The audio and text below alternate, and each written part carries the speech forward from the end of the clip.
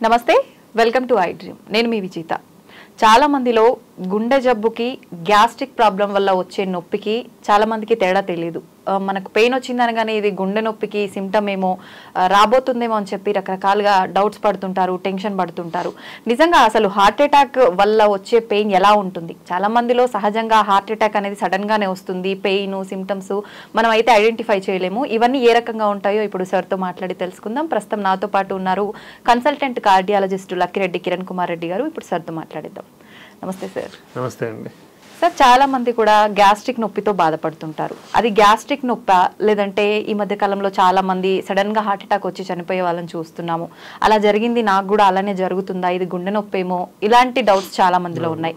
నిజంగా ఈ రెండు నొప్పుల మధ్య ఇది హార్ట్ పెయినా లేదా గ్యాస్ట్రిక్ పెయినా అని తెలుసుకోవాలంటే ఏ రకంగా తెలుసుకోవచ్చు సార్? It's very important.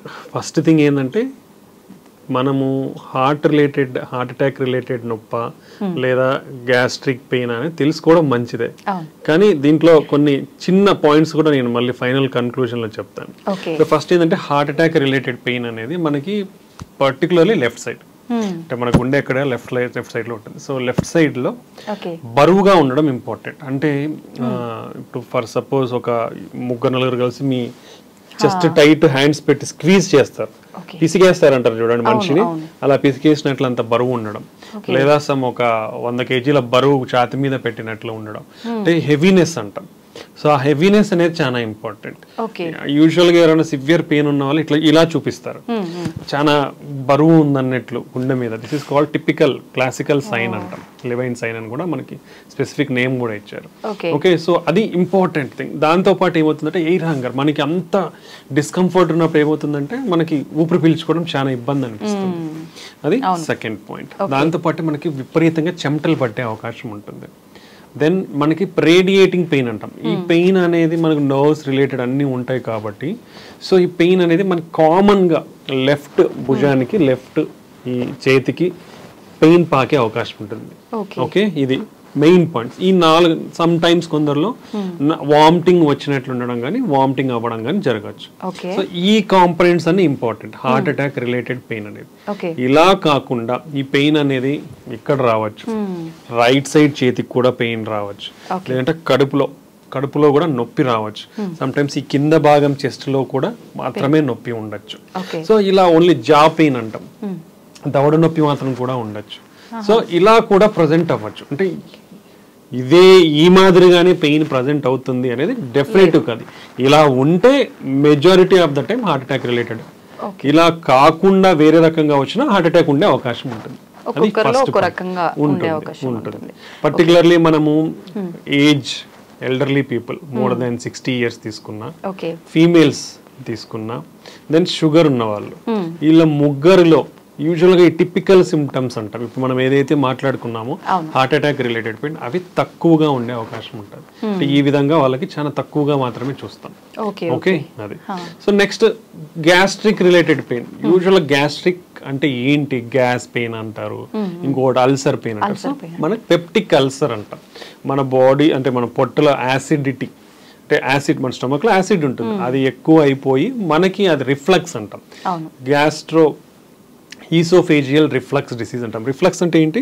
మామూలుగా మనం ఏం తీసుకున్నా పైనుంచి కిందికి ఈసోఫేగస్ అని ఉంటుంది, దానికి వెళ్ళి స్టొమక్ పొట్టలోకి వెళ్ళి ఇంటెస్టైన్స్కి వెళ్ళాలి. అలా కాకుండా మనకి స్పింక్టర్ ఉంటుంది ఈసోఫేగస్కి, గ్యాస్ట్రిక్. సో ఈ డిస్ఫంక్షన్ ఉన్నప్పుడు కానివ్వండి, మన యాసిడ్ ప్రొడక్షన్ ఎక్కువ ఉన్నప్పుడు కానివ్వండి, హెవీ ఫుల్ తీసుకున్నప్పుడు మనకి ఈ రిఫ్లక్స్ యాసిడ్ అనేది పైకి రిఫ్లక్స్ ఉన్నప్పుడు ఏమవుతుందంటే మంటగా ఉంటుంది, మనకి బర్నింగ్ సెన్సేషన్ ఉంటుంది, కడుపులో మంట. ఈ మొత్తం ఇక్కడ నుంచి స్ట్రైట్ గా మనకి ఈసోఫేజియల్ ట్యూబ్ ఉంటుంది కాబట్టి ఇదంతా బర్నింగ్ సెన్సేషన్ వచ్చి గొంతులో కూడా మంటగా ఉండే అవకాశం, విపరీతమైన తేపులు వస్తాయి వీళ్ళల్లో.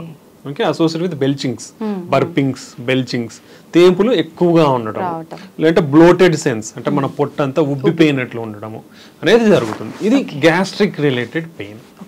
ఓకే, టిపికల్ గా ఇది రెండింటికి మేజర్ డిఫరెన్స్. బట్ ఇది ఇంపార్టెంట్ ఎందుకు తెలుసా? గుండె జబ్బులు పర్టికులర్లీ 200 లక్షల మంది సంవత్సరానికి చనిపోతున్నారు గుండె జబ్బుల వల్ల. దాంట్లో కూడా 85% హార్ట్ అటాక్, బ్రెయిన్ స్ట్రోకే. ఓకే, మిగతా 15%లో మిగతా గుండె జబ్బులు కానివ్వండి, ఈ రిలేటెడ్ ప్రాబ్లమ్స్. ఓకే, అంటే దాదాపుగా మనం ఇది తీసుకుంటే ప్రతి 11 సెకండ్లకి ఒక మనిషి గుండె జబ్బులతో చనిపోతున్నాడు. ఎందుకని సార్? అంటే ఎందుకు ఇంత ఎక్కువ గుండె జబ్బులు రావటం? కాబట్టి any type of heart, any type of chest pain, ఎటువంటి ఛాతి నొప్పి అయినా, లైక్ కూర్చున్నట్లు ఉండడం ఉండొచ్చు, మంట ఉండొచ్చు, లేదా ఏదో మైల్డ్ పెయిన్ అనిపించవచ్చు, లేదా ప్రిక్కింగ్ సెన్సేషన్ ఉండొచ్చు, ఓకే, లేదా ఓన్లీ మంటగా ఉండొచ్చు, దురదలాగనో ఇంకోలా, ఇలాంటిది ఉన్నా బరువు అనేదే కాదు, ఎలాంటి ఛాతి నొప్పి మీకు ఫస్ట్ పాయింట్, నొప్పి తగ్గట్లేదు, ఓకే, రెండోది. సెకండ్, ఆ నొప్పి పెరుగుతానే పోతా ఉంది, ఓకే, ప్రొలాంగ్డ్ డ్యూరేషన్, ఎక్కువసేపు నొప్పి ఉంది, ఇంటెన్సిటీ ఆఫ్ పెయిన్ కూడా కొంచెం సివియారిటీ ఆఫ్ ఇంటెన్సిటీ అంటాం, మైల్డ్, మోడరేట్, సివియర్, ఆ నొప్పి ఇంటెన్సిటీ పెరుగుతా ఉంది, తగ్గట్లేదు అంటే ఒక్క నిమిషం కూడా వెయిట్ చేయొద్దండి. అది మీకు మంట ఉండొచ్చు, లేదా మైల్డ్ నొప్పి ఉండొచ్చు, కూర్చున్నట్లు ఉండొచ్చు, ఇలా ఉన్నా ఒకవేళ ఈ సిమ్టమ్స్ ఉంటే, పర్టికులర్లీ మోర్ దెన్ 40 years ఉన్న వాళ్ళు, BP, sugar, cholesterol, smoking, alcohol, family history, abdominal obesity, పొట్ట చుట్టూ ఊబకాయము, ఇలాంటి కిడ్నీ ప్రాబ్లమ్స్ కానివ్వండి, ఇలాంటి రిస్క్ ఫ్యాక్టర్స్ ఎవరికైతే ఉన్నాయో వాళ్ళు మోర్ దెన్ 40 years ఉండి నొప్పి వస్తే ఇమ్మీడియట్ గా ఏ నిమిషం గాని క్షణం గాని నెగ్లిజెన్స్ వహించకుండా, ఆలస్యం చేయకుండా ఒక ఈసీజీ తీయించుకోండి. ఓకే, ఈసీజీ తీయించుకుంటే క్లారిటీగా మనకి హార్ట్ అటాక్ ఉందా లేదా. ఈసీజీ అంటే జస్ట్ ఒక ఈసీజీ 100 to 300 rupees ఉంటుంది అంతే, ఎక్కడ ఏ సెంటర్లో తీయించుకున్నా కానీ. సో దాంట్లో ఉందా లేదా అని క్లారిటీగా తెలిసిపోతుంది. దాని ద్వారా మీ ప్రాణాన్ని కాపాడుకున్న వాళ్ళు అవుతారు. నెగ్లిజెన్స్ పాటించినారా, అది అది గ్యాస్ట్రిక్ పెయిన్ అనో, లేదంటే కండరాల నొప్పనో, తగ్గుతుందనో నెగ్లిజెన్స్ పాటిస్తే మాత్రం డెఫినెట్లీ ప్రాణం పోయే అవకాశం ఉంటుంది. నా సిన్సియర్ అందరికీ, అంటే ఇది హెల్త్ అవేర్నెస్ చాలా ఇంపార్టెంట్. సో ఎటువంటి పెయిన్ కూడా నెగ్లెక్ట్ చేయొద్దండి. అదే కొందరికి తగ్గుతుందిలా అనే నెగ్లిజెన్స్, బాగా ఇప్పుడు బయటికి లేచిపోయి తీయించుకోవాలా అనే నెగ్లిజెన్స్, ఇవన్నీ అసలు పనికిరావు. అంటే లైఫ్ ఈజ్ మోస్ట్ ఇంపార్టెంట్. అది ఉంటే మళ్ళీ ఏమైనా చేసుకోవచ్చు. ఓకే, ఆ చిన్నపాటి నెగ్లిజెన్స్ అనేది తగ్గించుకొని ఇంత సివియర్ పెయిన్ ఉండి తగ్గకుండా ఉంటే, పెరుగుతానే ఉంటే పెయిన్ అనేది మోస్ట్ ఇప్పుడు ప్రతి ఒక్క 100 meters కి ఏదో ఒక డయాగ్నోస్టిక్ సెంటర్ కానివ్వండి, చిన్న క్లినిక్ కానివ్వండి, నర్సింగ్ హోమ్ కానివ్వండి, ఏదో ఒకటి అవైలబిలిటీలో ఉంటా ఉన్నాయి అందరికీ కూడా. లేదా ఒక పెరిఫరీస్ లో ఉండే టౌన్స్ లో ఉన్న వాళ్ళకి కూడా లాట్ ఆఫ్ ఫెసిలిటీస్ ఉన్నాయి తీయించుకోనికి. ఒక 10 నిమిషాలు మహా అయితే, చిన్న టౌన్ లో ఎటు పోవాలన్నా 10 నిమిషాల కంటే పట్టదు మనకి టైం. సో తీయించుకోవడం వల్ల మీ ప్రాణాన్ని కాపాడుకున్న వాళ్ళు అవుతారు. ఈసీజీలో క్లియర్ కట్ గా హార్ట్ అటాక్ ఉందా లేదా అనేది క్లారిటీగా తెలిసిపోతుంది. మెజారిటీ ఆఫ్ ద టైం, అంటే 99% మనకు కనపడుతుంది. దాంతో లేదా మీ లైఫ్ సేఫ్, హ్యాపీ. ఒకవేళ ఉందా మీకు ఇమీడియట్ గా ట్రీట్మెంట్ అందుతుంది. ట్రీట్మెంట్ ద్వారా మీ ప్రాణాన్ని మీరు కాపాడుకున్న వాళ్ళు అవుతారు అనమాట. సో నా sincere request for every person, ప్రతి ఒక్క మనిషికి 40 సంవత్సరాలు 30 సంవత్సరాలు దాటితేనే ఇప్పుడు హార్ట్ అటాక్ అనేది పెరిగిపోతా ఉన్నాయి. ఓకే, సో ఈ ఏజ్ గ్రూప్ పైబడిన వాళ్ళు ఇటువంటి సిమ్టమ్స్ ఉంటే, అంటే ఛాతి నొప్పి ఉంటే ఇమీడియట్ గా ఈసీజీ తీయించుకోండి, మీ ప్రాణాన్ని కాపాడుకోండి. కొంతమంది రెగ్యులర్ చెకప్స్ చేయించుకుంటూ ఉంటారు. అలా చేయించుకున్నప్పుడు మనకు హార్ట్ కి సంబంధించిన ఇబ్బంది రాబోతుందని ముందే దాంట్లో తెలిసే డెఫినెట్లీ అండి. ఈ యాన్యువల్, అంటే ఇప్పుడు అందరూ కూడా రికమెండ్ చేసేది యాన్యువల్ హెల్త్ స్క్రీనింగ్ ప్రోగ్రామ్స్. అవి లాట్ ఆఫ్, అంటే మనం మీ అందరూ గమనిస్తే ఎక్కడో ఒక చోట ఏదో ఒక ఆఫర్ అయితే ఉంటుంది. డయాగ్నోస్టిక్ సెంటర్స్ కానివ్వండి, హాస్పిటల్స్ కానివ్వండి, క్లినిక్స్ కానివ్వండి. So it's not like costly affair also. So దీనివల్ల అడ్వాంటేజెస్ ఏంటంటే, మేము కూడా చాలా చూస్తూ ఉంటాం కదా, బీపీలు, షుగర్లు చాలా బయటపడతాయి, లేదా pre diabetes, pre hyper tension stages బయటపడతాయి, కొలెస్ట్రాల్ అబ్నార్మాలిటీస్. మన భారతదేశంలో 80% మందికి ఏదో ఒక కొలెస్ట్రాల్ అబ్నార్మాలిటీ ఉంది. ఇదంతా డేటా, ఊరికి చెప్పేది కాదు, డేటా అనే చెప్తాం. 80% మందికి ఏదో ఒక కొలెస్ట్రాల్ ప్రాబ్లం ఉంది. ఎల్డిఎల్ మరీ ఎక్కువ ఉందనో, ట్రైగ్లిజరైడ్స్ చాలా ఎక్కువ ఉందనో, హెచ్డిఎల్ చాలా తక్కువ ఉందనో, టోటల్ కొలెస్ట్రాల్ చాలా ఎక్కువ, ఏదో ఒక కొలెస్ట్రాల్ ప్రాబ్లం 80% మందికి ఉంది. ఎంత రిస్క్ లో ఉన్నట్టు. అండ్ ఎవ్రీ డయాబెటిక్స్ తీసుకుంటే 5గురిలో 2-3 డయాబెటీస్ ఉంటున్నారు, అట్లీస్ట్ 5గురిలో 2 బీపీ ఉన్న వాళ్ళు ఉంటున్నారు. అండ్ స్మోకింగ్ అయితే, స్మోకింగ్ వల్ల మన దేశంలో కొన్ని లక్షల మంది చనిపోతా ఉన్నారు. ఇలాంటి బ్యాడ్ హ్యాబిట్స్ కూడా ఎక్కువగానే ఉన్నాయి. సో ఇన్ని ప్రాబ్లమ్స్ ఉన్నప్పుడు ఈ యాన్యువల్ హెల్త్ స్క్రీనింగ్ ప్రోగ్రామ్స్ లో డెఫినెట్లీ కామన్ టెస్ట్లు ఏం చేయించుకోవాలి. ఒకటి, మన కొలెస్ట్రాల్ లెవెల్స్ ఏంటి, fasting lipid profile, then sugar, fasting post prandial అంటే తినకముందు తిన్న తర్వాత. దెన్ HbA1c షుగర్ మన లెవెల్స్ ఎలా ఉన్నాయి లాస్ట్ 3 months అనేది HbA1c లెవెల్. దెన్ పోయినప్పుడు ఎనీవే బీపీ అనేది చెక్ చేస్తారు. యూజువల్గా కొందరికి హాస్పిటల్కి వెళ్ళినప్పుడు బీపీ కొందరికి ఎక్కువనే కనిపిస్తుంది. వాళ్ళని మళ్ళీ ఎక్కువ ఉన్న వాళ్ళలో ఒక 2 times మినిమం కూర్చోబెట్టి ఒక 15-20 minutes మళ్ళీ చూడాల్సిన అవసరం ఉంది. అంటే కన్ఫర్మ్ చేసుకోండి. ఓకే, బీపీ చూస్తారు, షుగర్ చూస్తారు, దెన్ లిపిడ్ ప్రొఫైల్, ఇవి కంపల్సరీ. నెక్స్ట్ వచ్చేసి కిడ్నీ ఫంక్షన్ టెస్ట్, అవి కూడా కంపల్సరీ. సో ఈ 4 బ్లడ్ టెస్ట్ ప్లస్ హీమోగ్లోబిన్ ఎంత ఉంది, చిన్న బేసిక్ టెస్ట్లు ఇవి. ఈ బ్లడ్ టెస్ట్లు బేసిక్ టెస్ట్లు చేయించుకొని నెక్స్ట్ ఈసీజీ 2D ఎకో, ఇవి బేసిక్ కార్డియాక్. ఒకవేళ ఎవరన్నా నడవగలిగితే మోకాల నొప్పులు కానీ ఇలా లేని వాళ్ళు ట్రెడ్మిల్ టెస్ట్. యాన్యువల్గా ఇవి చేయించుకుంటే ఇక్కడ ఎన్ని జబ్బులు బయటపడతాయి.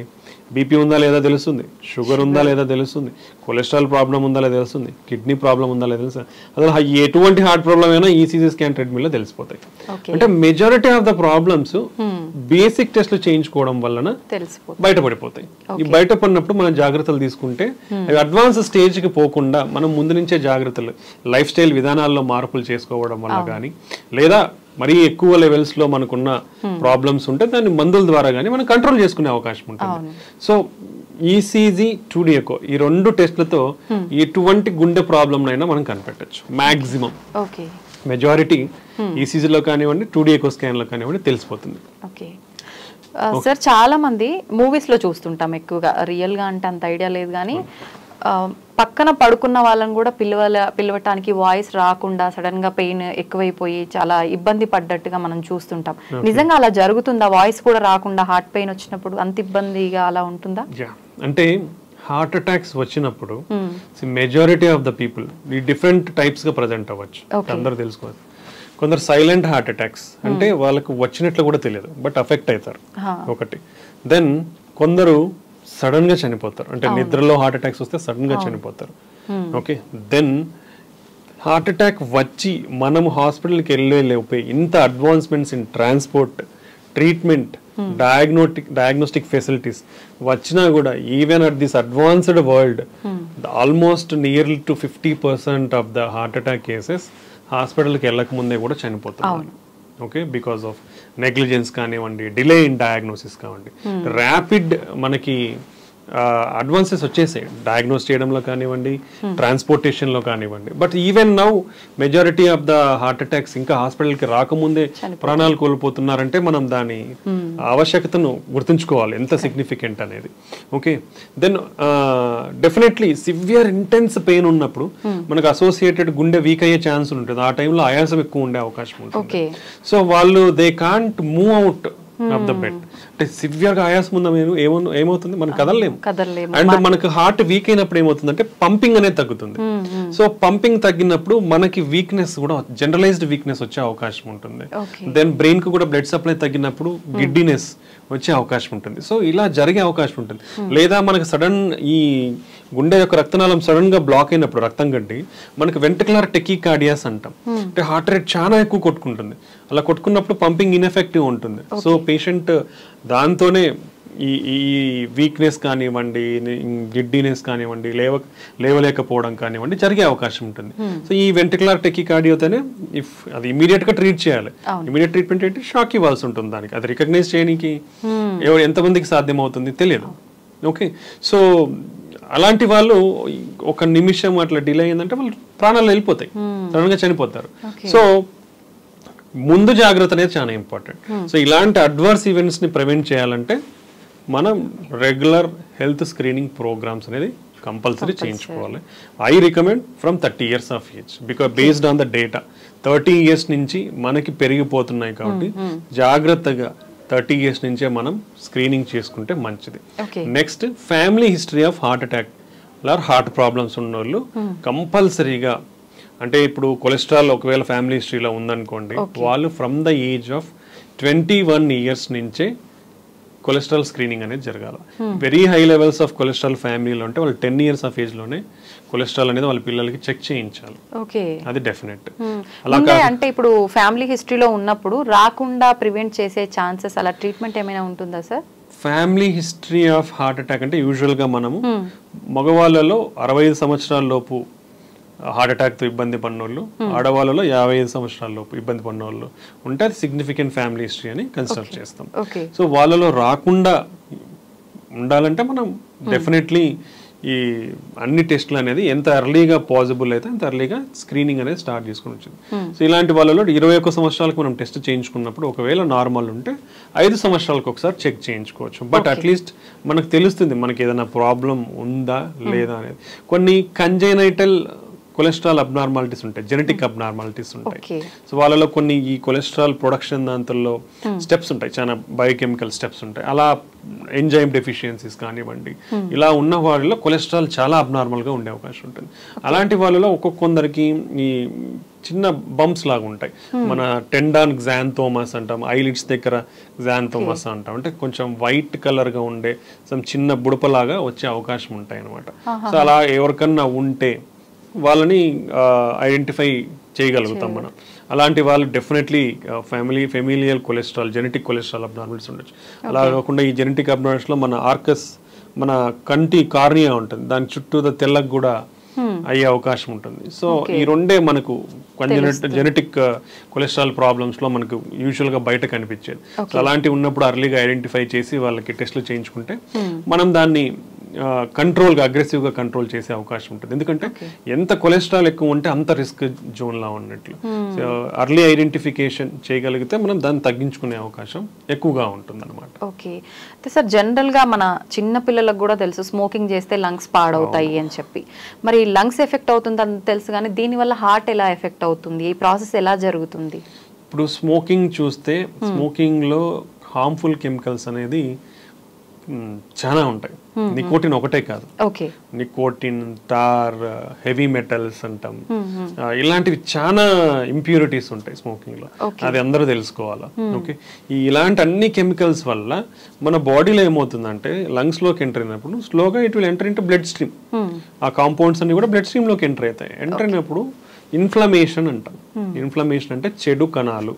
ఇప్పుడు మనం ఫర్ సపోజ్ తీసుకుంటే చీము అంటాం, it's like pus or something, that is all inflammatory reaction. అదంతా అలానే మన బాడీలో ఈ ఇన్ఫ్లమేషన్, చెడు కణాలు అనేది రియాక్ట్ అవుతాయి. ఇది ఫారిన్ ఆబ్జెక్ట్స్ కదా ఇవంతా బాడీలో. వచ్చినప్పుడు ఇన్ఫ్లమేషన్ పెరిగినప్పుడు ఏమవుతుందంటే మన వెజల్లో డ్యామేజ్ జరుగుతూ వస్తుంది అనమాట. సో ఎప్పుడైతే వెజల్ డ్యామేజ్ అవుతుందో, సో వీళ్ళల్లో ఏమవుతుంది, స్మోకింగ్ చేసే వాళ్ళు ఇన్ఫ్లమేషన్ ఎక్కువ అవుతుంది. ఆక్సిడేటివ్ స్ట్రెస్ అంటాం, మన బాడీలో ఈ బయోకెమికల్ ఆక్సిడేటివ్ స్ట్రెస్ అనేది ఎక్కువ అవుతుంది. నెక్స్ట్ కొలెస్ట్రాల్ అక్యుములేషన్ పెరుగుతుంది. నెక్స్ట్ బ్లడ్ క్లాటింగ్ టెండెన్సీ, రక్తం గడ్డగట్టే టెండెన్సీ పెరుగుతుంది. సో ఇలాంటి చాలా వాసోస్పాజం అంటే మన రక్తనాళాలు ఏవైతే ఉంటాయో ముడుచుకుపోయే అవకాశం ఉంటుంది. అంటే ఇప్పుడు ఆల్మోస్ట్ 5-6 మెకానిజమ్స్, బేస్ మెకానిజమ్స్ చెప్పాను, ఇవన్నీ పెరిగిపోతాయి స్మోకింగ్ చేసే వాళ్ళలో. ఇవన్నీ పెరిగిపోయినప్పుడు ఏమవుతుంది, మన బ్లడ్ వెజల్స్ అనేది అక్యుములేట్ అయిపోయి, కొలెస్ట్రాల్ అక్యుములేట్ అయిపోయి నిదానంగా పెరిగిపోతుంది. హెవీ స్మోకింగ్ చేసినప్పుడు ఇవి సడన్ గా రప్చర్ అయిపోతాయి. అంటే మన బ్లడ్ వెజల్స్ పొరలు ఉంటాయి, ఈ పొరల కింద అక్యుములేట్ పెరిగిపోయి ఉంటాయి. ఎప్పుడైతే ఈ స్ట్రెస్, ఆక్సిడేటివ్ స్ట్రెస్, ఇన్ఫ్లమేషన్, ఈ చెడు కణాలు అనేది ఎక్కువైపోతే వచ్చినాయి అనుకోండి, అదంతా లిక్విఫై అవుతా వస్తుంది. లిక్విఫై అయిపోయి ఏమవుతుంది, సడన్ గా ఆ పైన పొర పగిలిపోతుంది. పగిలిపోయినప్పుడు బ్లడ్ కి ఎక్స్పోజ్ అవుతాయి. ఇవన్నీ కూడా బ్యాడ్ సెల్స్ అన్ని ఎక్స్పోజ్ అయినప్పుడు రక్తం గడ్డగట్టిపోతుంది ఫాస్ట్ గా. పోయినప్పుడు సడన్ హార్ట్ అటాక్ వస్తుంది. సో సడన్ అటాక్ లో చనిపోయే ప్రమాదం కూడా ఎక్కువ ఉంటుంది. సో ఇన్ని మెకానిజమ్స్ వర్క్ అవుతాయి స్మోక్ చేసే వాళ్ళలో. కాబట్టి స్మోకింగ్ ఈజ్ అబ్సల్యూట్లీ డేంజరస్. ఇది ఓన్లీ హార్ట్ అటాకే కాదు, స్మోకింగ్ వల్ల బ్రెయిన్ స్ట్రోక్స్ కూడా ఎక్కువగా వచ్చే అవకాశం ఉంటుంది. And lot of cancers. Okay, ఇది నెక్స్ట్, ఒకవేళ స్మోకింగ్ మీరు మానేయాలనుకుంటే కూడా మీ హార్ట్ అటాక్ రిస్క్ తగ్గనికి మానేసిన తర్వాత 10 సంవత్సరాలు పడుతుంది. సో స్మోకింగ్ మానేసిన తర్వాత కూడా మీరు 10 సంవత్సరాల వరకు హై రిస్క్ లో ఉన్నట్లే. అంటే దానివల్ల ఎంత రిస్క్ అనేది అర్థం చేసుకోవాలి. దీనికి కొలాబరేటివ్ మెజర్స్ అనేది చాలా ఇంపార్టెంట్. పర్సన్ మోటివేషన్ ఉండాలి, అంటే దాని దగ్గరికి వెళ్లకుండా. ఓకే, దెన్ ఒకవేళ పొరపాటున అలవాట్లో ఉంటే దాన్ని తగ్గించుకొని కూడా హై లెవెల్ ఆఫ్ మోటివేషన్ కావాలి. దెన్ దాని సపోర్టివ్ మెడికేషన్స్ ఉండాలి, సైకో బిహేవియరల్ థెరపీ అవసరం ఉంటుంది. Then governments also should bring lot of policies. That's not in our matter of range, అది వాళ్ళు చూసుకోవాల్సిన అవసరం కూడా ఉంటుంది. లాట్ ఆఫ్ తెస్తున్నారు, అంటే they are displaying ads to avoid smoking. Smoking. అవును. స్మోకింగ్ మానేసిన తర్వాత కూడా మీరు 10 సంవత్సరాల వరకు హై రిస్క్ లో ఉన్నట్లే. సో స్మోకింగ్ మానేసిన తర్వాత కూడా మీ హార్ట్ అటాక్ రిస్క్ తగ్గడానికి మానేసిన తర్వాత 10 సంవత్సరాల వరకు హై రిస్క్ లో ఉన్నట్లే. సో ఇంకో ఇంపార్టెంట్ కాంపోనెంట్ ఏంటంటే మనం తాగితేనే మనకు రిస్క్ ఉంది, మనము ఖాళీగా మనం తాగము, మన పక్కన వాళ్ళు కాలుస్తున్నారు, మనం సేఫ్ అనేది wrong. Okay, this is called second hand smoke అంటాం. సెకండ్ హ్యాండ్ స్మోక్ అంటే పక్కనోళ్ళు తాగినా మనం పీల్చుకుంటున్నాం. సెకండ్ హ్యాండ్ స్మోక్ వల్ల కూడా దగ్గర సంవత్సరానికి 5 లక్షల మంది చనిపోతున్నారు. ఓకే, సో మీరు ఉన్నప్పుడు మీ చుట్టుపక్కల ఎవరన్నా స్మోక్ చేస్తూ ఉంటే కూడా డోంట్ ఎంకరేజ్, బికాస్ మీ ఆరోగ్యం రిస్క్ లో ఉంటుంది. ఓకే, దట్ ఈస్ సేమ్ ఈ సెకండ్ హ్యాండ్ స్మోక్ వల్ల కూడా. ఇప్పుడు ఫర్ సపోజ్ ఫ్యామిలీలో పేరెంట్స్ సిగరెట్ కాలుస్తున్నారు, పిల్లలు ఉంటారు, మీ పిల్లల గ్రోత్ కూడా అఫెక్ట్ అవుతుంది. గుర్తుపెట్టుకోండి, బోన్ గ్రోత్ కానివ్వండి, రెగ్యులర్ ఈ గ్రోత్ కానివ్వండి, వాళ్ళలో ఈ సేమ్ థింగ్ రిలేటివ్ అన్నీ కూడా అఫెక్ట్ అయ్యే ఛాన్స్ ఉంటుంది. కాబట్టి పెద్దవాళ్ళు తాగేటప్పుడు కూడా మీ ఇంట్లో వాళ్ళ ఆరోగ్యాన్ని కూడా మీరు ఆలోచించండి. ఆలోచించి మీరు మానేస్తే అందరికీ మంచిది. ఎందుకంటే దానివల్ల 0 బెనిఫిట్, 200% హార్మ్ఫుల్.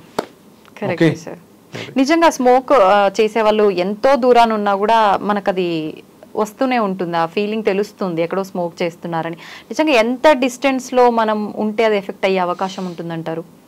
యూజువల్గా I think if I smoke here, closed spaces లో ఎంత దూరం ఉన్నా it will be like same. Open space, అందుకే పబ్లిక్ ప్లేసెస్ లో అండ్ క్రౌడెడ్ ప్లేసెస్ లో even governments band smoking in crowded and public places. Open spaces probably ఉంటుంది, completely open space అంటే probably around 5 meters distance ఉంటే మనకి అంతగా affect అవ్వకుండా అవకాశం ఉండొచ్చు. ఓకే సార్, చాలా వరకు హార్ట్ పెయిన్ వచ్చిందనగానే సిపిఆర్ చేస్తూ ఉంటారు. నిజంగా దీనివల్ల రిస్క్ నుంచి బయటపడే అవకాశం ఉంటుందంటారా? Heart pain, CPR 2 different. Okay, ఇప్పుడు హార్ట్ పెయిన్ వచ్చేది హార్ట్ అటాక్ వల్ల. హార్ట్ అటాక్ అంటే it is common language. Heart attack మనం scientific term is myocardial infarction అంటాం, ఎంఐ అంటాం. హార్ట్ అటాక్ అంటే మన గుండెకి సప్లై చేసే రక్తనాళాల్లో బ్లాక్ ఉండి సడన్ బ్లాక్ అయిపోయినప్పుడు హార్ట్ మజిల్ వీక్ అయ్యేదని హార్ట్ అటాక్ అంటాం. అది హార్ట్ అటాక్. అప్పుడు మనకి ఛాతీ నొప్పి కానీ ఇలా వస్తుంది. సిపిఆర్ అనేది మనం చేయాల్సింది ఎప్పుడు అంటే సిపిఆర్ అంటే కార్డియో పల్మోనరీ రీసస్టేషన్. అంటే గుండెని, లంగ్స్ ని మనం రివైవ్ చేస్తున్నామని దాని మీనింగ్. ఓకే, ఇది ఎప్పుడు చేస్తామంటే ఒక మనిషికి 2 ఆగిపోయినప్పుడు చేసే ప్రక్రియనే మనం సిపిఆర్ అంటాం. అంటే ఇప్పుడు ఒక మనిషి ఫర్ సపోజ్ పడిపోయినప్పుడు మనం చేసే పద్ధతి ఏంటంటే ఫస్ట్ మనిషి బతికున్నాడా లేదా చూస్తాం. అంటే వాళ్ళు ఎట్లా చూస్తాము, మనం వాళ్ళని తట్టి చూస్తాం, కదిలిచి చూస్తాం, రెస్పాన్స్ లేదు, పలకట్లేదు. దెన్ సెకండ్ స్టెప్ మనం చూడాల్సింది ఊపిరి అంటే అందుతుందా లేదా తనకి.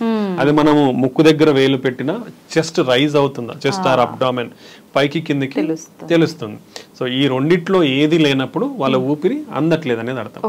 నెక్స్ట్ మనం గుండె కొట్టుకుంటుందా లేదా అనేది ఎలా తెలుసుకుంటామంటే మనం neck this trachea wind pipe పక్కన మజిల్ ఉందా, మజిల్ మనం స్ట్రైట్ చేస్తే ఇక్కడ మజిల్ తెలుస్తుంది. ఈ రెండింటి మధ్య గుంత ఉందా, ఈ గుంతలో మనం ఫింగర్స్ పెట్టి చూస్తే మన పల్స్ మనకు తెలుస్తుంది.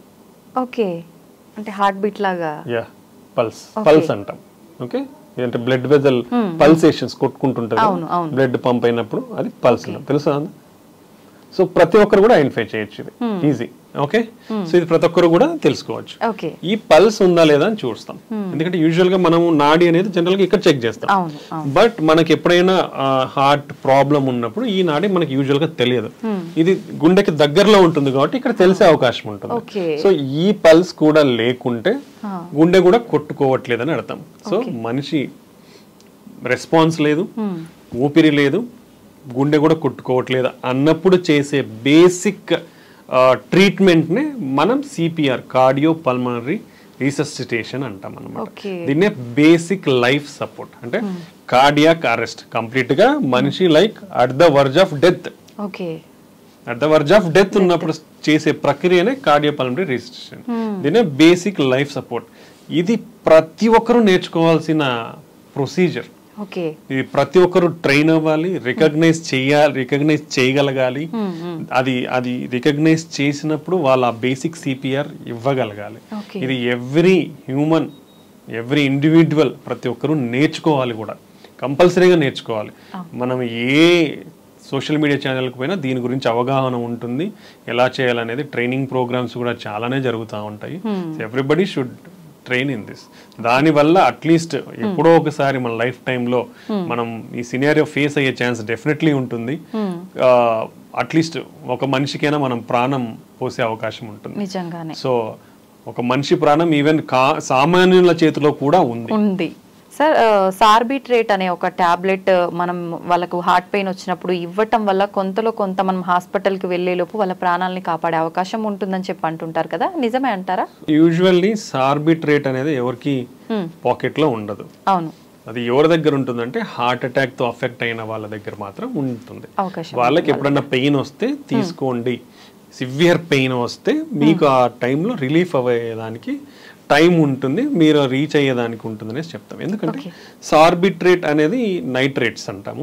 ఇది వాసోడైలేటర్. అంటే మనకి ఇప్పుడు గుండె రక్తనాళాలు ఏమవుతాయంటే మన ఈ ప్లాక్ రప్చర్ అయ్యి క్లాట్ ఫామ్ అవ్వడము లేదా ముడుచుకుపోవడం ఉన్నప్పుడు ఈ సార్బిట్రేట్ ఇవ్వడం వల్ల కొంచెం వాసోడైలటేషన్ అయ్యే ఛాన్స్ ఉండొచ్చు. ఆ వాసోడైలటేషన్ వల్ల మనకి కొంచెం బ్లడ్ ఫ్లో సరఫరా అయ్యే ఛాన్స్, అట్లీస్ట్ ఏదైతే బ్లాక్ అయింది కాకుండా మిగతా బ్లడ్ గుండె రక్తనాళకైనా ఏదైతే ఓపెన్ ఉంటుందో దానిలోకైనా కొంచెం రక్తం సరఫరా ఎక్కువ అయ్యి ఆ ఎఫెక్ట్ ని మనకి తగ్గించే అవకాశం ఉంటుందన్నమాట. ఓకే, సో అలా మనకి ఇది తోడ్పడుతుంది. సో మన పెయిన్ ని తగ్గించే అవకాశం ఉంటుంది. అంటే యూజువల్ గా మనం కొల్లెటరల్స్ అంటాం. ఒకవేళ ఇది మూసుకుపోయినా ఆపోజిట్ వెజల్ నుంచి ఓపెన్ అయ్యే అవకాశం ఉంటుంది అనమాట. Small vessels. అప్పుడు ఈ బ్లడ్ వెజల్ ద్వారా ఏదైతే రక్తం సరఫరా తగ్గిందో ఇక్కడ నుంచి కొంచెం సరఫరా అవడం వల్ల ఈ పెయిన్ ఇంటెన్సిటీ అనేది తగ్గే అవకాశం ఉంటుంది. సో అలా ఆల్రెడీ హార్ట్ అటాక్ తో బాధపడిన వాళ్ళు కానివ్వండి, లేదంటే స్టంట్స్ వేయించుకున్న వాళ్ళు లేదా బైపాస్ వేయించుకున్న వాళ్ళకి ఎమర్జెన్సీగా పెయిన్ అనేది ఎక్కువ వస్తే ఈ బీపీ టాబ్లెట్ నాలుగు కింద పెట్టుకుంటే అబ్జర్వ్ అయిపోయి ఆ ఎఫెక్ట్ చూపించి మనకి తగ్గే అవకాశం ఉండొచ్చు. బట్ ఈ టాబ్లెట్ అనేది స్పెసిఫికల్గా ఎవరికైతే లో బీపీ ఉంటుందో వాళ్ళలో వాడకూడదు. Then other class of drugs ఉన్నాయి, ఆ క్లాస్ ఆఫ్ డ్రగ్స్ వాడే వాళ్ళలో కూడా అది వాడకూడదు అనమాట. ఒక చిన్న 2-3 కాంట్రా ఇండికేషన్స్ ఉన్నాయి. సో అవి చూసే డాక్టర్స్ అనేది ప్రిస్క్రైబ్ చేస్తారు ఎవరిలో వాడాలా అనేది. అంతేగాని ప్రతి ఒక్కరూ వేసుకుంటే తగ్గుతుందా అని మనం చెప్పలేము. ఎందుకంటే ఫస్ట్ ఏ రకమైన హార్ట్ పెయిన్ అనేది కనుక్కోవడం ఇంపార్టెంట్ రాదర్ దాన్ టాబ్లెట్ కంటే. ఇప్పుడు ఆ టాబ్లెట్ వేసుకొని తగ్గట్లేదు అనుకోండి, లేట్ అవుతుంది, డిలే అవుతుంది నీ డయాగ్నోసిస్. ఎప్పుడైతే డయాగ్నోసిస్ అనేది డిలే అవుతుందో అప్పుడు మోర్ అఫెక్ట్ అయ్యే ఛాన్స్ ఉంటుంది. సో ఎనీథింగ్ చెస్ట్ పెయిన్ తో ప్రజెంట్ అయ్యే వాళ్ళు ఒకవేళ మీరు వేసుకున్న, లైక్ కొందరు ఎకోస్ప్రిన్ వేసుకోమని చెప్తారు, సో అలా వేసుకున్నా మీరు ఇమీడియట్ గా పోయి ఈసీజీ తీయించుకోవడం ఇంపార్టెంట్ అనమాట. సో చాలా మందిలో ఎక్కువగా ఏదైనా విన్నా వెంటనే రియాక్ట్ అయిపోతుంటారు. అమ్మో నాకు గుండెలో నొప్పి వస్తుంది అది విన్న దగ్గర నుంచి అని చెప్పి చెమటలు పడుతుంటాయి, సడన్గా పెయిన్ అని కూర్చుండిపోతుంటారు. ఇలా చాలాసార్లు జరుగుతూ ఉంటుంది కొంతమందిలో. ఇది హార్ట్ అటాక్ రావడానికి సిమ్టమ్స్ అని అనుకోవచ్చు అంటారా? ఇంకా 2 కాంపోనెంట్స్ ఉన్నాయి. So anxiety, some people are like easily prone to anxiety. So anxiety ఉన్నప్పుడు ఏమవుతుందంటే మన బాడీలో సింపథెటిక్ సిస్టమ్ అనేది యాక్టివేట్ అవుతుంది. యాక్టివేట్ అయ్యి హైపర్ వెంటిలేషన్ ఉంటుంది, మన బ్లడ్ వెజల్స్ కొంచెం స్పాజం లాగా అయ్యి పెయిన్ అట్లా వచ్చే అవకాశం ఉంటుంది. బట్ దీంట్లో ఎక్స్ట్రీమ్ కాంపోనెంట్ ఉంటుంది. అంటే మోర్ ఎమోషనల్ స్ట్రెస్ కి గురి అయితే డెఫినెట్లీ మన హార్ట్ వీక్ అయ్యే ఛాన్స్ ఉంటుంది. ఓకే, దాన్నే సాకోసూబో కార్డియోమయోపతి అంటాం. అది టిపికల్ హార్ట్ అటాక్ లాగానే కూడా ప్రజెంట్ అయ్యే అవకాశం ఉంటుంది. అండ్ వన్ మోర్ ఇంపార్టెంట్ ఏంటంటే ఇంత high levels of sympathetic activity, anxiety, stress కు గురైనప్పుడు డెఫినెట్లీ మన బాడీలో ఈ సింపథెటిక్ సిస్టమ్ యాక్టివేట్ అయినప్పుడు ఆల్రెడీ రిస్క్ ఫ్యాక్టర్స్ ఉన్న వాళ్ళు, అంటే ఈ మనం డిస్కస్ చేసిన రిస్క్ ఫ్యాక్టర్స్ ఎవరికైతే ఉంటాయో ఆల్రెడీ కొంచెం అప్పటికే ఒకవేళ కొలెస్ట్రాల్స్ అనేది కొంచెం ప్లాక్స్ ఇవన్నీ ఏర్పడినప్పుడు అవి సడన్ గా రప్చర్ అయ్యే అవకాశం కూడా ఉండొచ్చు అనమాట. So severe emotional stress or severe anxiety ఉంటే ఈ సింపథెటిక్ సిస్టమ్ యాక్టివేట్ అయినప్పుడు మన బ్లడ్ క్లాటింగ్ అనేది కొంచెం ఎక్కువ అయ్యే అవకాశం ఉంటుంది, ఇన్ఫ్లమేషన్ కూడా పెరిగే అవకాశం ఉంటుంది. సో అలాంటి సినారియోస్ లో కూడా ఇది ప్రెసిపిటేట్ అయ్యే ఛాన్స్, అంటే ఆల్రెడీ కొంచెం అండర్లయింగ్ ప్రాబ్లమ్స్ ఉన్న వాళ్ళకి ప్రెసిపిటేట్ అయ్యి వచ్చే ఛాన్స్ ఉండొచ్చు. లేదా ప్యూర్ ఎమోషనల్ గా కూడా మనకి ఈ కార్డియోమయోపతి అంటే హార్ట్ వీక్ అయ్యే ఛాన్స్ కూడా ఉంటుంది. వీళ్ళల్లో యాంజియోగ్రామ్ చేస్తే నార్మల్ ఉంటుంది, దాన్ని స్ట్రెస్ కార్డియోమయోపతి అంటాము. అది నిదానంగా కొంచెం వాళ్ళ ఎమోషనల్ స్ట్రెస్ తగ్గిపోయి దెన్ మనం మెడికల్ థెరపీతో ట్రీట్ చేస్తే రికవర్ అయ్యే అవకాశం ఉంటుంది. బట్ డెఫినెట్లీ రిస్క్ ఫ్యాక్టర్స్ ఉన్న వాళ్ళలో హార్ట్ అటాక్స్ అందుకు వచ్చే అవకాశం అయితే ఉంటుంది. So high emotional stress, high anxiety ఉన్నప్పుడు చాలా జాగ్రత్తగానే ఉండాలి. ఓకే, ఎక్కువగా జిమ్ చేసే వాళ్ళలో, వర్కౌట్స్ చేసే వాళ్ళలోనే హార్ట్ అటాక్స్ వస్తున్నాయి ఎక్కువ. అంటే తక్కువ ఏజ్ లో ఉన్న వాళ్ళు ఇవి ఎక్కువ చేయడం వల్లనే హార్ట్ అటాక్ వస్తుంది, మిగతా అంతా వాళ్ళు చాలా హెల్దీగా ఉన్నారని చెప్పి వింటున్నాం ఈ మధ్య. నిజంగా దాని వల్ల అవకాశం ఉంటుందంటారా సార్? ఎక్సెసివ్ జిమ్ వల్ల వస్తాయి అనే దానికంటే ఒక లిమిట్, మన బాడీ అనేది ఏజ్ని బట్టి ఒక target heart rate or maximum heart rate ఎంత అచీవ్ చెయ్యాలనేది మనకు టార్గెట్ లిమిట్ ఉంటుంది అనమాట ఏజ్ని బట్టి. సో అంతకు మించి నువ్వు ఓవర్ ఎగ్జర్షన్ చేసి మన హార్ట్ రేట్ అనేది, ఇప్పుడు హార్ట్ రేట్ 180, 200కి పెరిగిపోతే ప్రాబ్లం ఏంటంటే ఇప్పుడు మన హార్ట్ పంపింగ్ అనేది ఇలా కొట్టుకొని ముడుచుకుంటూ తెచ్చుకుంటూ ఉంటుంది ప్రాపర్గా. హార్ట్ రేట్ ఎక్కువైనప్పుడు నిమిషానికి 200 కొట్టుకున్నప్పుడు ఏమవుతుంది, ఇది ప్రాపర్గా ముడుచుకోదు, ఇలా జస్ట్ ఇలా ఫ్లిక్కరింగ్ లాగా ఉంటుంది. పంపింగ్ అనేది తగ్గిపోతుంది. తగ్గిపోయినప్పుడు ఏమవుతుంది, బ్లడ్ ఫ్లో అనేది తగ్గిపోతుంది. అంటే మన గుండెకి రక్తం సప్లై చేసే బ్లడ్ ఫ్లో తగ్గిపోతుంది, మన బాడీకి రక్తం సప్లై చేసే బ్లడ్ ఫ్లో తగ్గుతుంది, బ్రెయిన్కి సప్లై చేసే బ్లడ్ ఫ్లో కూడా తగ్గుతుంది. తగ్గినప్పుడు డిమాండ్ ఎక్కువ ఉంది, హార్ట్ రేట్ ఎక్కువ కొట్టుకుంటా ఉన్నప్పుడు డిమాండ్ ఎక్కువ ఉంది. బట్ మనకు రిసీవింగ్, మన గుండెకి ఎంత అయితే బ్లడ్ ఫ్లో రావాలో సప్లై అనేది తగ్గిపోతుంది. సో అలా తగ్గిపోయినప్పుడు హార్ట్ అటాక్ వచ్చే ఛాన్స్ ఉంటుంది. సెకండ్ థింగ్, ఆల్రెడీ వీళ్ళకి ఏదన్నా చిన్న చిన్న ప్లాక్స్, కొలెస్ట్రాల్ అక్యుములేషన్ ఉందనుకోండి, అవి రప్చర్ అయ్యే ఛాన్స్ ఉండొచ్చు. లేదా ఒక్కొక్కసారి స్కాడ్ అంటాం, కోసుకుపోయి రక్తనాళాలు ఉంటాయి కదా, స్పాంటేనియస్ కొరనరీ ఆర్టరీ డిసెక్షన్ అంటాం, అలా ఈ కోసుకుపోయే అవకాశం ఉంటుంది. క్రాక్స్ వచ్చే అవకాశం, క్రాక్స్ వచ్చినప్పుడు బ్లడ్ ఫ్లో తగ్గిపోయే అవకాశం ఉంటుంది అనమాట. ఇలా జరిగే అవకాశం కూడా ఉండొచ్చు. నెక్స్ట్ వీళ్ళల్లో హార్ట్ రేట్ అంత విపరీతంగా ఎక్కువ ఉన్నప్పుడు అరిథ్మియాస్ అంటాం, అంటే వెంట్రికులర్ అరిథ్మియాస్. అంటే మనకు నార్మల్గా ఒక సిస్టమ్, ఎలక్ట్రికల్ సిస్టమ్ ఆ సైకిల్లో కొట్టుకోవాలి, అలా కాకుండా వేరే చోటు నుంచి సడన్గా యాక్టివేట్ అయ్యే ఛాన్స్ ఉండొచ్చు. సో అలాంటప్పుడు బ్లడ్ ఫ్లో తగ్గిపోయి సడన్ గా డెత్ అయ్యే ఛాన్స్ ఉండొచ్చు. Next electrolyte abnormalities, excessive sweating చేయడం వల్ల, ఎక్సెసివ్ ఎక్సర్సైజ్ చేయడం వల్ల ఎక్సెసివ్ స్వెట్ వచ్చి మన బాడీలో ఉండే ఎలక్ట్రోలైట్స్, పొటాషియం, సోడియం ఈ క్యాలిక్యులేషన్స్ అటు ఇటు అవ్వచ్చు, తగ్గడము పెరగడం. పెరిగినప్పుడు ఈ same thing very high heart rates కి పోయే అవకాశం ఉండి చనిపోయే అవకాశం ఉండొచ్చు. సో ఇలాంటివి చాలా ప్రాబ్లమ్స్ ఉన్నాయి. సో ఎఫెక్ట్ అయ్యే ఛాన్స్ ఉండొచ్చు. సో ఇంత ఇంటెన్సివ్ వర్కౌట్స్ చెయ్యాలి అంటే proper guided training and pre evaluation అనేది చాలా ఇంపార్టెంట్. ఆ గైడెన్స్ తో విత్ అవైలబిలిటీ ఆఫ్ ఎవ్రీథింగ్, అంటే ఎక్విప్మెంట్, మనకి ఏఈడిస్ అంటాం, ఆటోమేటిక్ ఎక్స్టర్నల్ డిఫిబ్రిలేటర్. ఇలాంటివి మనకు ఎక్స్టెన్సివ్ వర్కౌట్ చేసే చోట ఉంటే, ఒకవేళ మనకి ఎవరైనా అట్లా కొలాప్స్ అయినప్పుడు ఆ ఏఈడిని మనం అటాచ్ చేస్తే it will detect any abnormality and give shocks also. So ఇలాంటివి కంపల్సరీగా పెట్టుకుంటే మంచిది. సో ఇలాంటి కారణాల వల్ల జరిగే అవకాశం ఉండొచ్చు ఎక్సెసివ్ ఎక్సర్సైజ్ చేసే వల్ల. డెఫినెట్లీ గైడెడ్ ప్రోగ్రామ్స్ చేయాలి, ప్లస్ ప్రీ ఎవాల్యుయేషన్ చెక్ చేయించుకోవాలి. కొందరిలో కంజెనిటల్ అబ్నార్మాలిటీస్ ఉంటాయి అన్నమాట, long QT syndrome, short QT syndrome, ఈ ఎలక్ట్రికల్ కండక్షన్ లో. అలాంటి వాళ్ళల్లో అన్రికగ్నైజ్డ్ ఉన్నప్పుడు ఇలా సడన్ గా జరిగే అవకాశం ఉండొచ్చు. So different reasons, heavy exercise చేసే వాళ్ళల్లో హార్ట్ అటాక్స్ రావడం అనేది. సో అది కేర్ఫుల్ గైడెడ్ ట్రీట్మెంట్స్ తీసుకుంటే మంచిది. ఓకే, జనరల్గా ఇది డిస్కస్ చేస్తూ ఉంటారు, ఎక్కువగా పరిగెత్తినప్పుడు, ఎక్కువ వర్కౌట్స్ చేసినప్పుడు, ఏదైనా మనం హెవీగా అలాంటి పనులు చేసినప్పుడు వెంటనే వాటర్ తాగకూడదు, తాగితే గుండె నొప్పి వచ్చే అవకాశం ఉంటుంది అని చెప్పి అంటుంటారు పెద్దవాళ్ళు. నిజంగా అది నిజమా సార్? అలా ఏం లేదండి. సో అదే, అంటే ఇప్పుడు మనకి ఏదైతే ఏంటంటే ఇప్పుడు ఇమీడియట్ గా చేస్తాం ఎక్సర్సైజ్ చేసినప్పుడు ఒక రికవరీ ఫేజ్ అనేది ఉంటుంది బాడీకి. అంటే మనకి ఆ వేరియేషన్ అనేది ఇంపార్టెంట్. సో ఎక్సర్సైజ్ చేసినప్పుడు we need to take some rest. మీరు ఆపినప్పుడు స్లోగా మన ఎక్సర్సైజ్ చేసినప్పుడు మన బీపీ కానివ్వండి, హార్ట్ రేట్ కానీ పెరిగిపోతాయి. పెరిగిపోయినది మనం ఎక్సర్సైజ్ స్టాప్ చేసినాక the has to come to normal. If you give some 5 minutes of time, usually they will come to normal.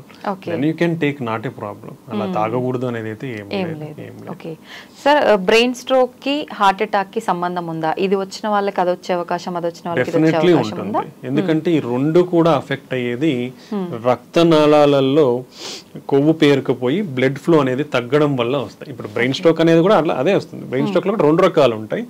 Ischaemic stroke అంటాం, హెమరేజిక్ స్ట్రోక్ అంటాం. ఇస్కీమిక్ స్ట్రోక్ అంటే మన బ్లడ్ ఫ్లో తగ్గిపోయి వచ్చేదాన్ని ఇస్కీమిక్ స్ట్రోక్ అంటాం. అదే haemorrhagic stroke అంటే మన బ్లడ్ వజలు చిట్లిపోయి రక్తం బయటకు వచ్చి బ్రెయిన్ లో అక్యుములేట్ అయ్యి దాని ద్వారా వచ్చేదాన్ని హెమరేజిక్ స్ట్రోక్ అంటాం. ఓకే, బట్ మోస్ట్ కామన్ వచ్చేసి ఇస్కీమిక్ స్ట్రోక్. ఓకే, సో ఈ 2 కూడా అథెరోస్క్లెరోటిక్ వాస్కులర్ డిసీజ్ అంటాం. ఇవన్నీ అంటే అథెరోస్క్లెరోసిస్ అంటే మన రక్తనాళాలలో కొవ్వు పేరుకపోయి వచ్చే జబ్బుల్ని అథెరోస్క్లెరోటిక్ వాస్కులర్ డిసీజెస్ అంటాం. సో హార్ట్ అటాక్ వచ్చిన వాళ్ళకి బ్రెయిన్ స్ట్రోక్ రిస్క్ ఉంటుంది, బ్రెయిన్ స్ట్రోక్ వచ్చిన వాళ్ళకి హార్ట్ అటాక్ రిస్క్ ఉంటుంది. సో కాబట్టి ఏది వచ్చినా వీళ్ళకి డెఫినెట్ గా ఒక కొలెస్ట్రాల్ లోయరింగ్ ఏజెంట్, ఒక బ్లడ్ థిన్ అనేది లైఫ్ లాంగ్ వాడాల్సిన అవసరం ఉంది.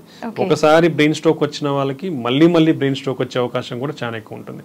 ఒకసారి హార్ట్ అటాక్ వచ్చి ట్రీట్మెంట్ తీసుకున్నాక కూడా మన లైఫ్ స్టైల్ని కానివ్వండి, మెడిసిన్స్ని కానీ సరిగా వాడకపోతే రిపీటెడ్గా వచ్చే అవకాశం కూడా ఉంటుంది.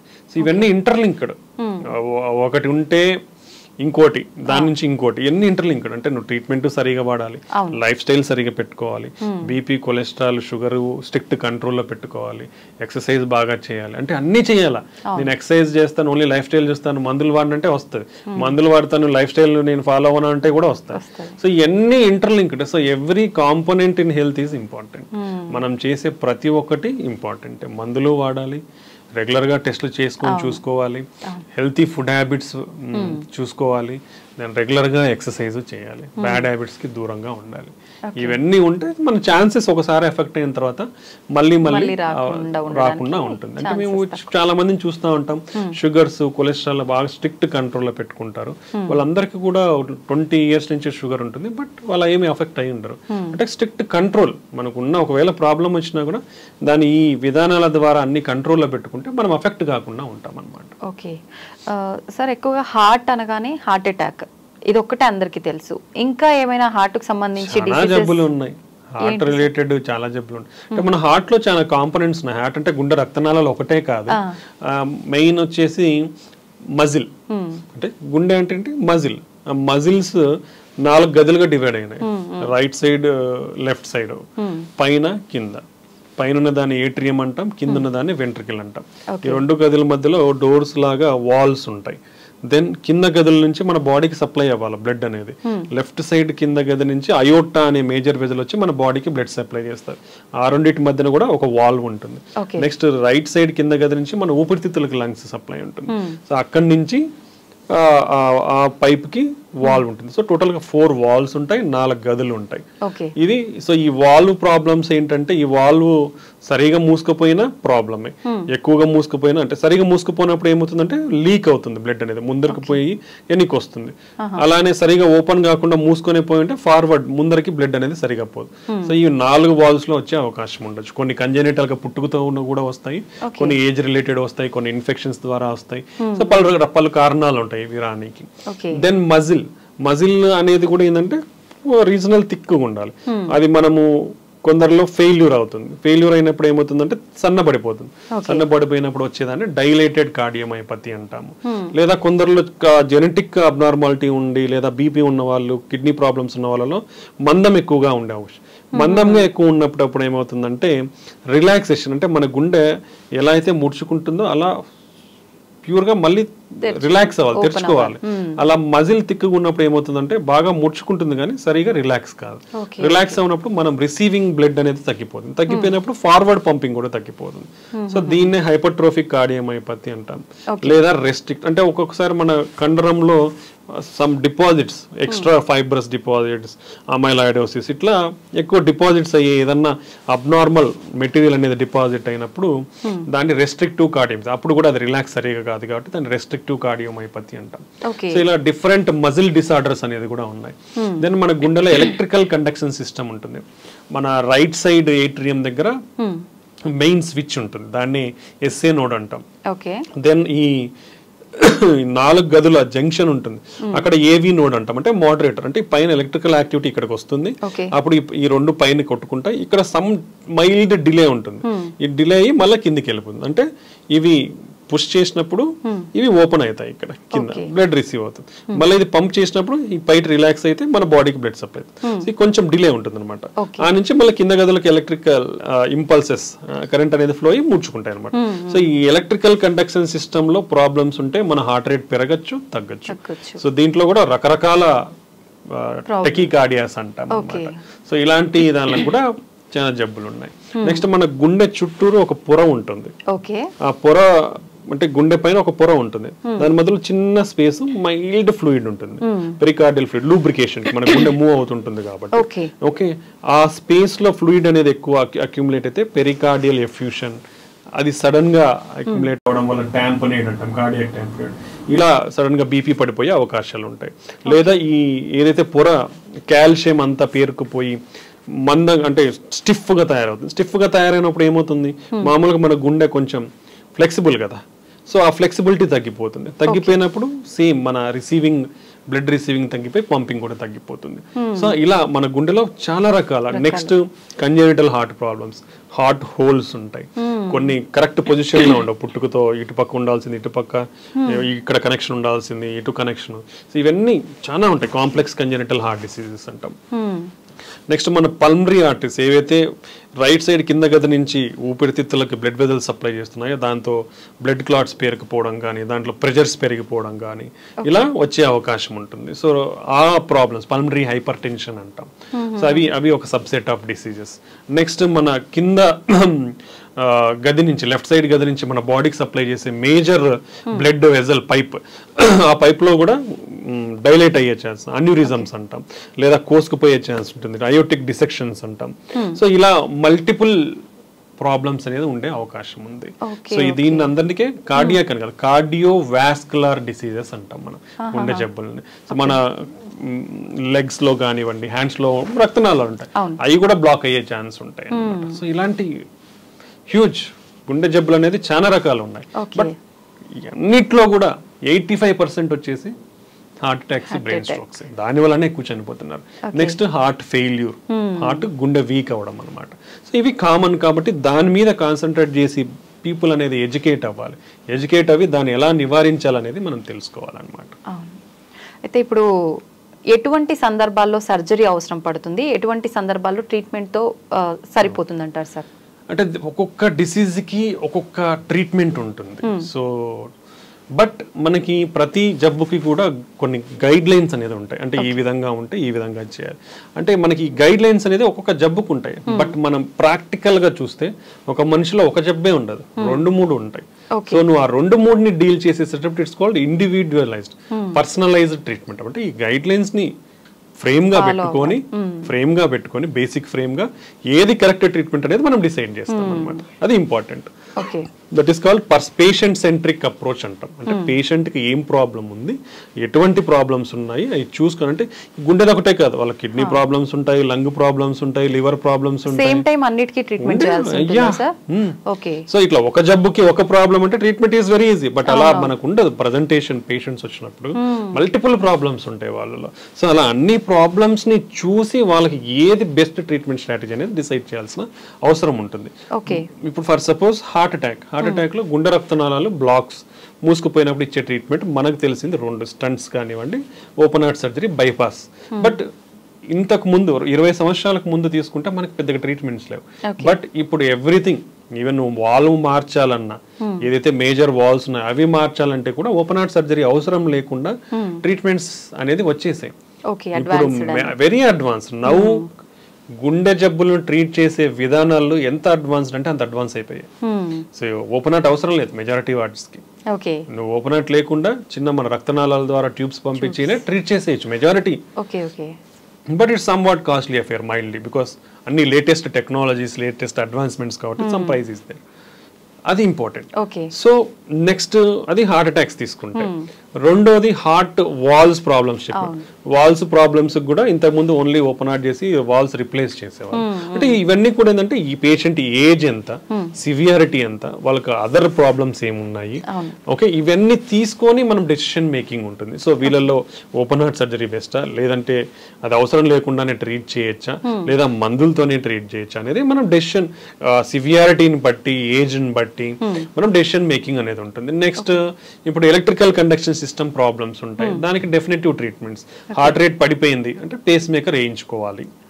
హార్ట్ రేట్ లెస్ దెన్ 40 కంటే ఉంది, పేస్ మేకర్ వేయించుకోవాలి. నెక్స్ట్ వచ్చేసి మన హార్ట్ రేట్ అనేది ఫ్రీక్వెంట్ గా ఎక్కువ కొట్టుకుంటా ఉంది, దానికి డిఫరెంట్ ట్రీట్మెంట్స్. ఒకటి ఏంటంటే ఐసిడి, పేస్ మేకర్ లాంటిది ఇంట్రాకార్డియాక్ డిఫిబ్రిలేటర్ అంటాం. సో అలాంటిది విపరీతంగా హార్ట్ రేట్ అనేది ఎక్కువ కొట్టుకుంటా ఉంటే మనం అది సజెస్ట్ చేస్తాం. లేదా వాళ్ళకి ఇప్పుడు ఎలక్ట్రోఫిజియలాజికల్ స్టడీస్ అంటాం, అంటే అది ఎక్కడి నుంచి వస్తుంది, దాంట్లో డిఫరెంట్ మెకానిజమ్స్ వల్ల వస్తాయి హార్ట్ రేట్ ఎక్కువ కొట్టుకోవడం అనేది. ఎక్కడి నుంచి వస్తుంది అనేది మనం ఐడెంటిఫై చేసి ఆ సర్క్యూట్ ఏదైతే ఉంటుందో దాన్ని మనం థెరపీ ద్వారా ట్రీట్ చేస్తే ఆ సర్క్యూట్ వెళ్ళిపోతుంది. వెళ్ళిపోయినప్పుడు అది తగ్గే అవకాశం ఉంటుంది. దాన్ని రేడియో ఫ్రీక్వెన్సీ అబ్లేషన్ అంటాం. దాంట్లో huge technologies, basic 2D analysis లేదా 3D ఇమేజింగ్ మెథడ్స్ కూడా ఉంటాయి, CAR2 అంటాం. దాంట్లో డిఫరెంట్ టెక్నాలజీస్ ఉన్నాయి అన్నమాట. రీసెంట్ గానే నేను ఒక న్యూస్ చూసాను పేపర్లో, 1.2 lakhs ఆ మెడిసిన్ అది తీసుకుంటే గుండెకి సంబంధించిన జబ్బులు రాకుండా ఉండే అవకాశం ఉంటుంది, దాని నుంచి బయటపడే అవకాశం ఉంటుంది అని చెప్పి. ఏంటి సార్ ఇదంతా నిజమైన? చాలా కాస్ట్లీ కూడా కదా అది. అంటే ఇది రీసెంట్ డెవలప్మెంట్ అండి. ఏంటంటే ఇంక్లిజిరాన్ ఇంజెక్షన్ అంటాం అది. సో బేసికలీ మనకు ఆల్రెడీ దీనికంటే ముందే PCSK9 ఇన్హిబిటర్స్ అని ఉన్నాయి. అదేంటంటే మన కొలెస్ట్రాల్ ని, అంటే ఇప్పుడు లివర్ పైన LDL రిసెప్టర్స్ ఉంటాయి, అంటే మన LDL బ్యాడ్ కొలెస్ట్రాల్ ని తీసుకొని లివర్ లోకి తీసుకొని మనకి ఆ బ్యాడ్ కొలెస్ట్రాల్ ని తగ్గిస్తాయి అనమాట. సో మనకి ఇంతకు ముందు ఉన్న PCSK9 ఇన్హిబిటర్స్ అంటే మోనోక్లోనల్ యాంటీబాడీస్.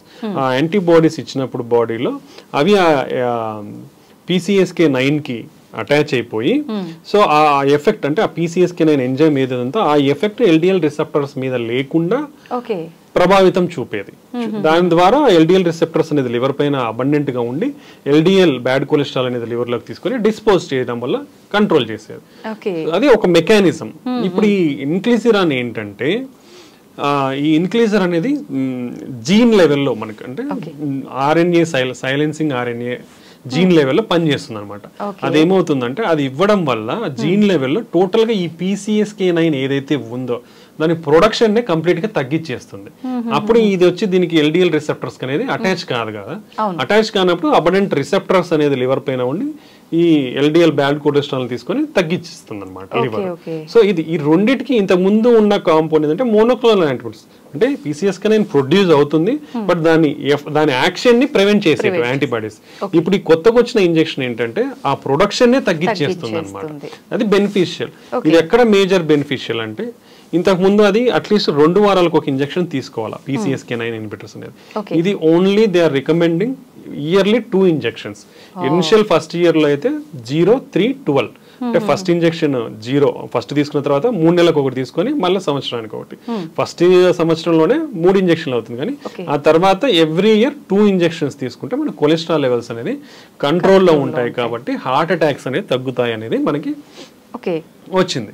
బట్ దీంట్లో ఏంటంటే ఇది ఇంతవరకు చేసిన అధ్యయనాలలో ఎక్కడ యూజ్ చేశారంటే, ఆల్రెడీ హార్ట్ అటాక్ తో అఫెక్ట్ అయిన వాళ్ళు కొలెస్ట్రాల్ మందులు వాడుకుంటున్నా కూడా, ఈ మెడికేషన్స్ వాడుకుంటున్నా కూడా కంట్రోల్ కావట్లేదు అంటే వాళ్ళల్లో ఈ ఇంజెక్షన్ ఇస్తే ఫర్దర్ కంట్రోల్ అయ్యి మనకి ఈ బెనిఫిషియల్ ఎఫెక్ట్స్ అనేది ఉంటాయి అనేది ఇంతవరకు మనం జరిగింది.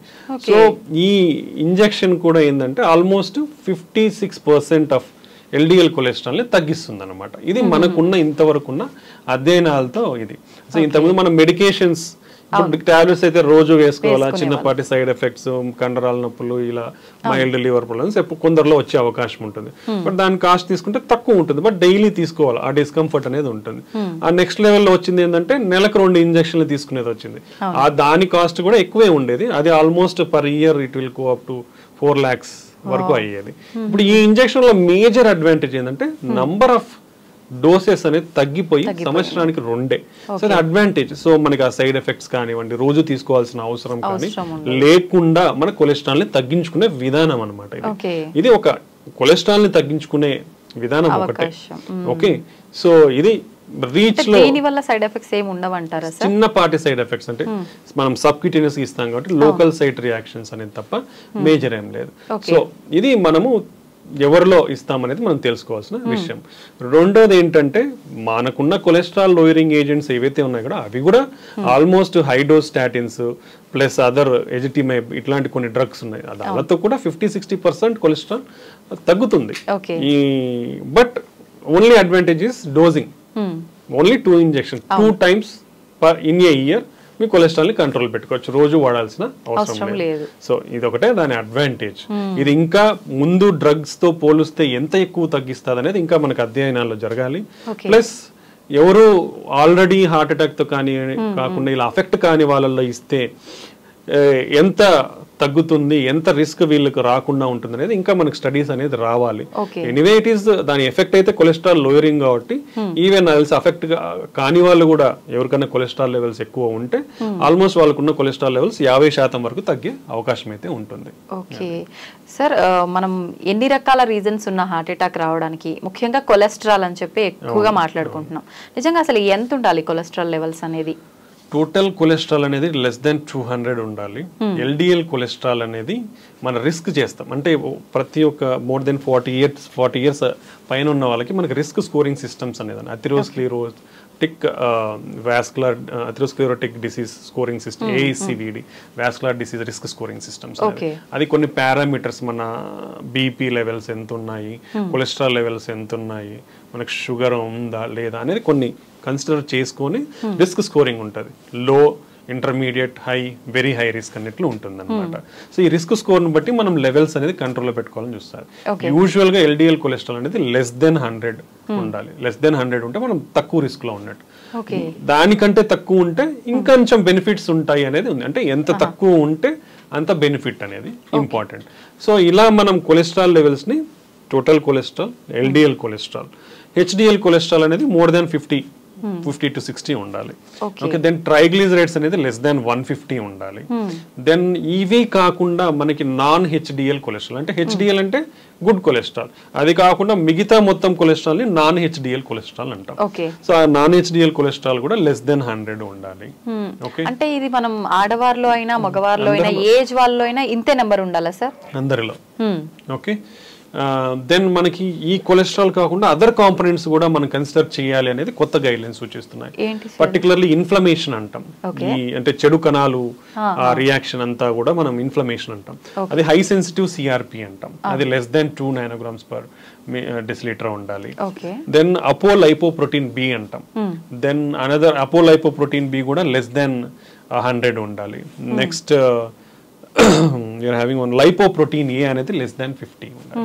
సో ఇలా ఈ కొలెస్ట్రాల్ కాకుండా ఈ మిగతా పారామీటర్స్ కూడా మనం మానిటర్ చేయాల్సిన అవసరం ఉందన్నమాట. సో ఇవి నార్మల్ వాల్యూస్ ఎట్లా ఉండాలి, అబ్నార్మల్ వాల్యూస్ ఇప్పుడు almost total cholesterol more than 240 ఉంటే ట్రీట్ చేయాలి, ట్రైగ్లిజరైడ్స్ మోర్ దెన్ 200 ఉంటే ట్రీట్ చేయాలి, ఎల్డిఎల్ కొలెస్ట్రాల్ మోర్ దెన్ 190 ఉంటే కంపల్సరీ, అదే లెస్ దెన్ 40 ఉన్న వాళ్ళలో మోర్ దెన్ 160 ఉంటే ట్రీట్ చేయాలి.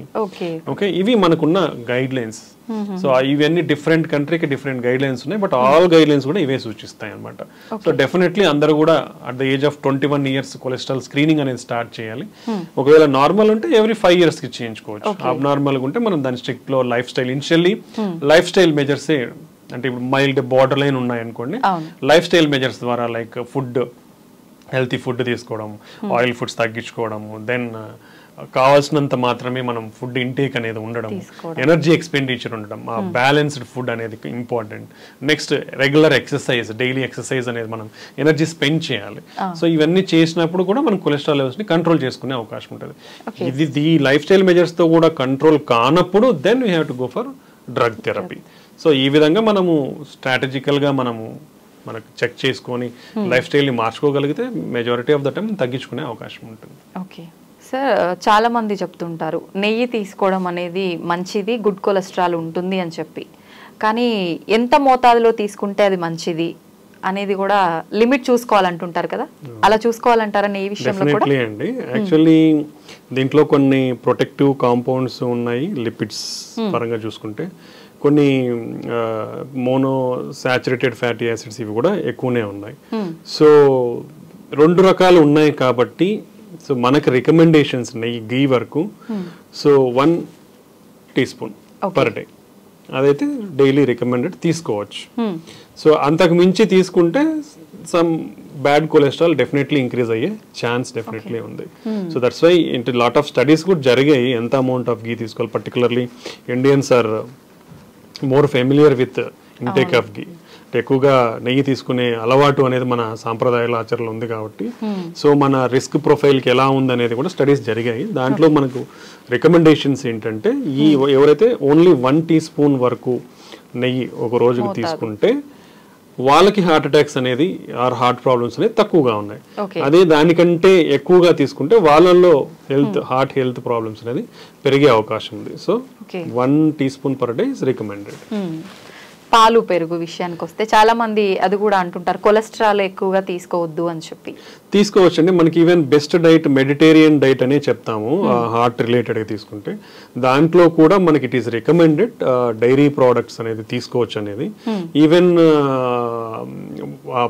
Per day at least 1 to 2 coffee కానివ్వండి తీసుకోవచ్చు, but not more than that. అలానే మనం తీసుకుంటే butter is not advisable. Okay, but cheese అనేది at least per week 2 to 3 times అనేది కూడా రికమెండెడ్ ఉంది దాంట్లో. బట్ క్వాంటిటీ అనేది మనం లిమిటెడ్ క్వాంటిటీ అనేది ఏదైనా మినిమం టు మోడరేట్ క్వాంటిటీ ఉన్నప్పుడు ఏం కాదు. ఎనీథింగ్ ఓవర్ క్వాంటిటీ తీసుకుంటే డెఫినెట్లీ సైడ్ ఎఫెక్ట్స్ అనేది ఉంటుంది. సో మన బేసిక్ పిరమిడ్ లో కూడా ఏంటంటే పైన టిప్ ఆఫ్ ద పిరమిడ్ లో ఉంటాయి ఇవన్నీ. కాబట్టి limited amount per week limited amount of dairy products అనేది డెఫినెట్లీ డైరీ ప్రోడక్ట్స్ డైలీ అనేది 1 to 2 times తీసుకోవచ్చు. That's advisable only, but not in more quantities. ఇప్పుడు కాఫీ అయితే 1 to 2 cups per day. Butter better to be avoided. Cheese, curd ఇవన్నీ కూడా తీసుకోవచ్చు. దానివల్ల అయితే హార్మ్ఫుల్ అయితే ఏం లేదు. Okay, thank you sir, thank you very much. నిజంగా హార్ట్ అనేసరికి చాలా రకాల డౌట్స్ ఎప్పటికప్పుడు మనం మాట్లాడుకున్నా కూడా ఇంకా కొత్త కొత్త డౌట్స్ వస్తూనే ఉన్నాయి. చాలా మంది కామెంట్లో కూడా పెడుతున్నారు. మరొక మంచి ఎపిసోడ్లో ఒక మంచి ఇంట్రెస్టింగ్ టాపిక్ ఏంటి అంటే హార్ట్ ట్రాన్స్ప్లాంటేషన్ గురించి మాట్లాడుకుందాం sir. Thank you sir, thank you very much.